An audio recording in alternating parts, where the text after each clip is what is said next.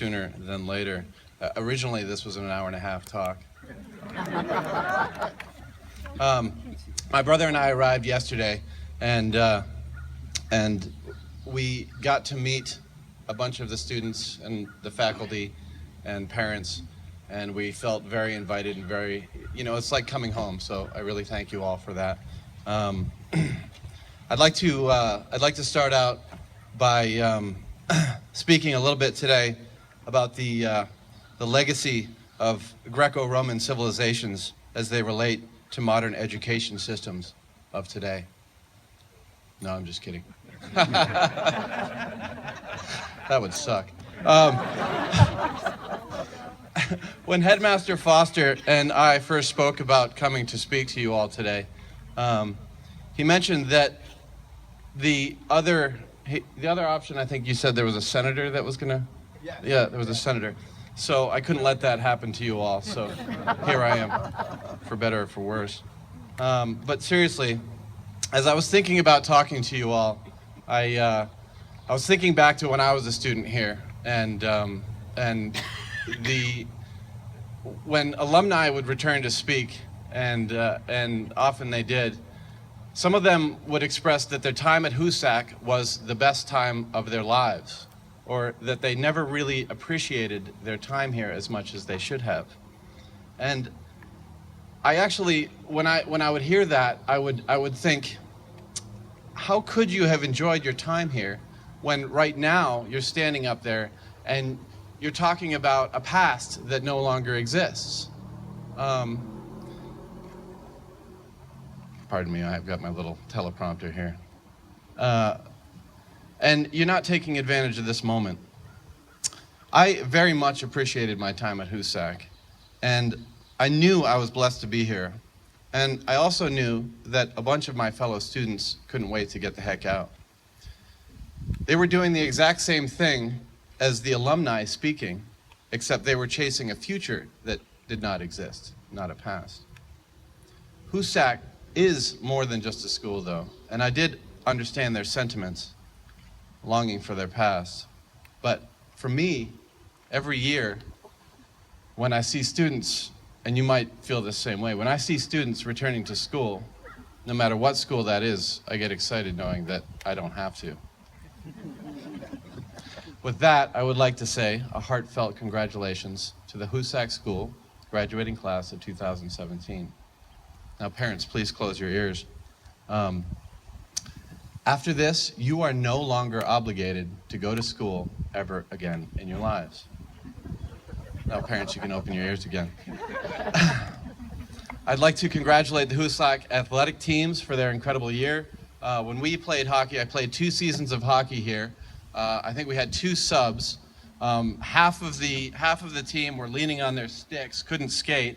And our best game, Chris reminded me this yesterday, our best game was 10-2 that we lost. So you've come a long way in hockey at Hoosac. Our lacrosse team, though, ask Mike Ryan, he'll say, yeah, those guys, you were the best, you were the best. He says our team was the best, so we'll see. Maybe we'll have to bring our boys back and play a game. We'll see how it goes. Although our best player just had a heart valve replacement last week. Oman Frame, class of 1990, I'm not even kidding, so a little prayer for him, but he's doing really well. I'd like to express my gratitude to Headmaster Foster and Nancy Laporte. Is Nancy here today? Hi, Nancy. Thank you very much for inviting me to speak to you all today. I'm very humbled and honored. I was going to introduce myself, but Dean introduced me. Graduating class in 1991, I was a prefect, and I am still and always will be a proud Antonian, even though the Grafs won this year. Let's go for the Ants next year. Unfortunately, I was denied the opportunity to be Ulog Jester by then Headmaster Lemutio. I think he was afraid I would wreak too much havoc on campus. Mr. Lemutio is a very wise man. Born on the island of St. Croix, you know that. Grew up on Martha's Vineyard. I spent a few years on the Big Island of Hawaii when I was a kid. I have an older sister named Nisa. My twin brother Chris, also the graduating class in 1991, also an Antonian.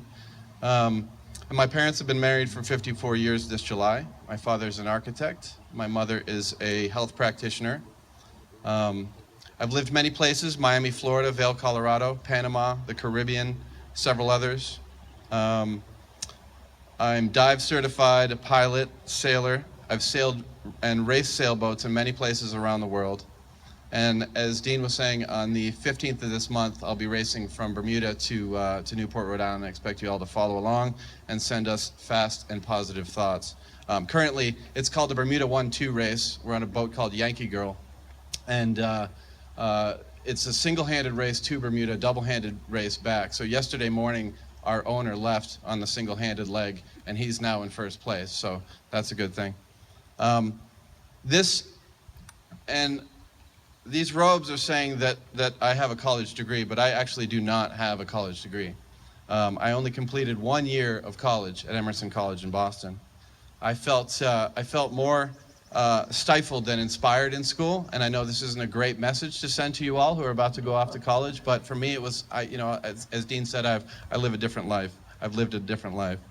I have, however, since then, when I found something that I was interested in, I took college courses. So I took college courses in Colorado, I took some in Florida, and when I found something that I wanted to learn, like flying an airplane or like Spanish classes, various other different classes, I went to the college nearby and I took courses. And that's how I've lived my life.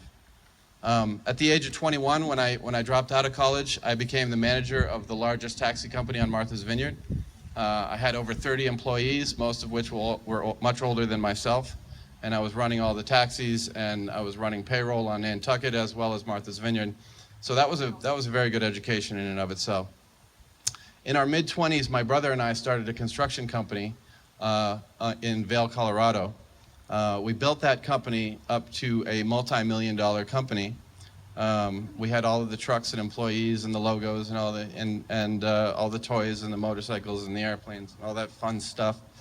And then the Great Recession of 2008, which actually happened in 2009 in Vail, Colorado, hit. And that's when my brother and I embarked on a new journey, and that journey began with the dismantling of the company we had created. Our company had gone bankrupt. The experience was heartbreaking and incredibly stressful, but eventually I came to see it as an avenue for more adventure, and more importantly, an opportunity to assess my goals and values. And ultimately, I wouldn't change a thing about it. I'm a better person today because of it. And I actually lost a lot of weight because I was pretty stressed out. My brother and I went to Panama and surfed for about 1.5 years, so that was kind of nice. I've traveled to exotic and remote places. I've sat and meditated at the feet of spiritual masters in India. I was raised a vegetarian and now lean more towards a vegan diet. My brother and I quit drinking and other recreational substances when we turned 30, and my life has been more of a pursuit to find happiness and a deep desire to find the truth. I believe in God, or as some may say, a higher power, the universe, Jehovah, Allah, Yahweh, or whichever name you choose to call that energy that makes up the undefinable everything. I believe in the teachings of Jesus, Buddha, Muhammad, Rumi, Guru Nanak, and so many more. All of these masters taught the same basic principles of unity and love and showed the true path for our soul. It is only the mischief of humanity that have manipulated their teachings for so much division and war. These great teachers went inside themselves and found their true nature.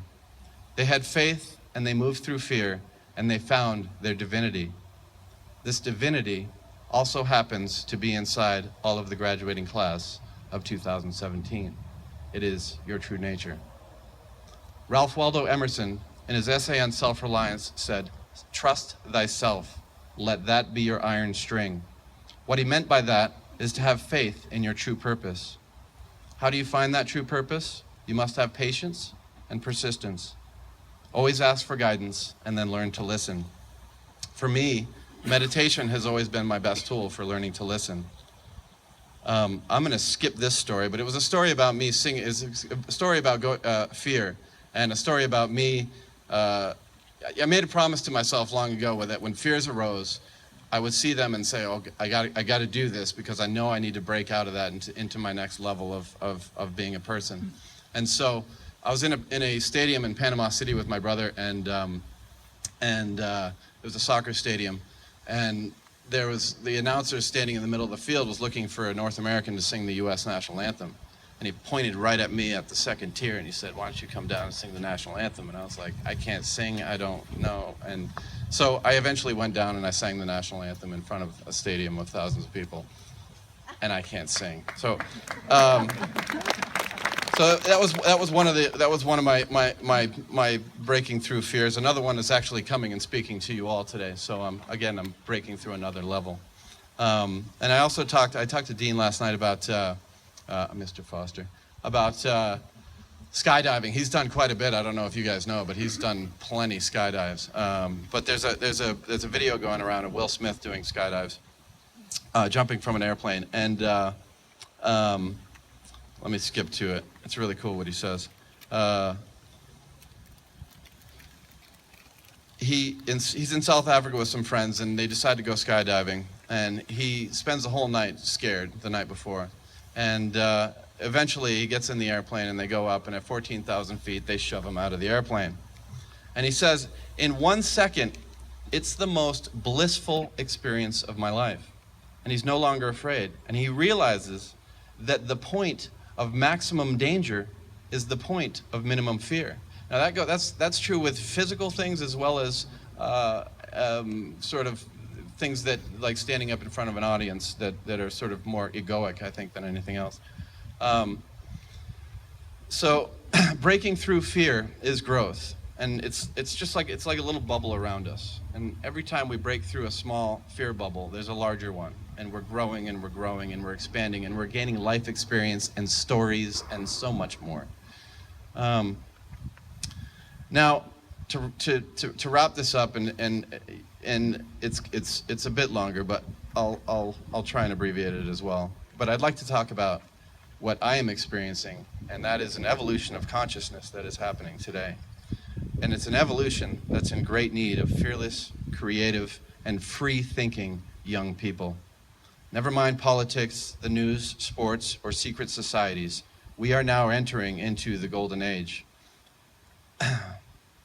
Now is a time when sympathy, understanding, and love are truly available to us.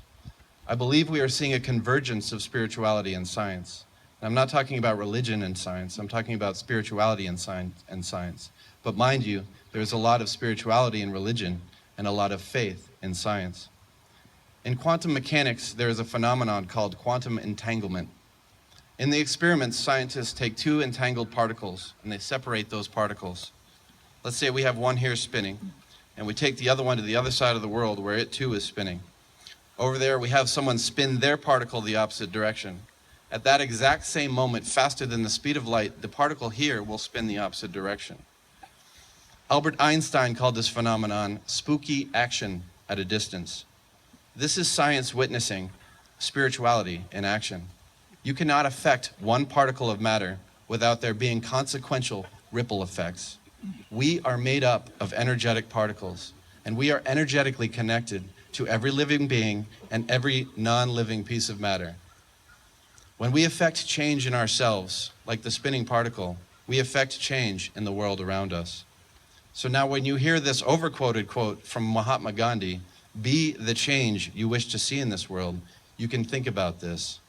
When we do the work inside of ourselves, when we walk through fear and when we grow, and when we live in love, and when we are the change, the world changes around us. This happens through osmosis. Pay attention, play with it, and you will see. When I am in flow, working from my true self, I can see the effect it has around me. I also know when I am in negativity because I can see the effects of that around me.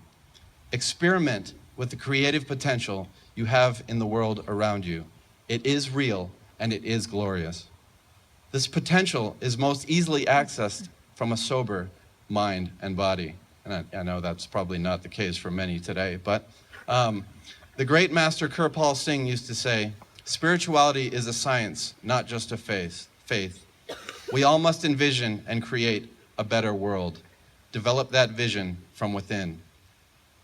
If I could emphasize one thing to take with you, it would be to observe the world around you and make your own conclusions. Don't believe everything you read. Don't believe everything you hear in the news. And don't believe everything you think. So please, don't follow the past brutal manipulations of humanity's mistaken behaviors. Forge your own path, set by trusting thyself. Eat whole foods. Enjoy life's gifts. Be kind and be happy. God bless the class of 2017, and God bless us all. Thank you.